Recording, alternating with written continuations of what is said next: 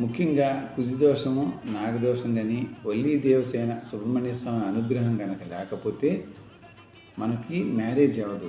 ఒకవేళ సోల్మేట్ దొరకరు. ఒకవేళ మ్యారేజ్ అయినా వీళ్ళిద్దరూ సఖ్యతగా ఉండరు. ఈ దోషాలు ఉంటే ఒకవేళ పిల్లలు పుడితే వాళ్ళు కంపల్సరిగా ఏదో ఒక అవతారంతో పుడతారు. ఆ పిల్లలకి మళ్ళీ పెళ్ళిళ్ళు అవ్వవు. ఇలా కంటిన్యూ అవుతూనే ఉంటుంది.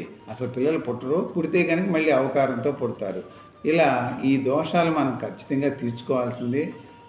అది ధ్యానం ద్వారా తీర్చుకుంటామా, పూజ జపం ద్వారా తీర్చుకుంటామా, ఈ స్టోన్స్ వాడుకుని మనం తీర్చుకుంటామా అనేది మీ ఇష్టం.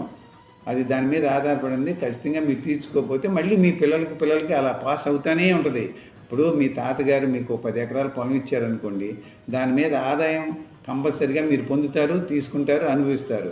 అలాగే మీ తాతగారు ఎవరో ఒకరు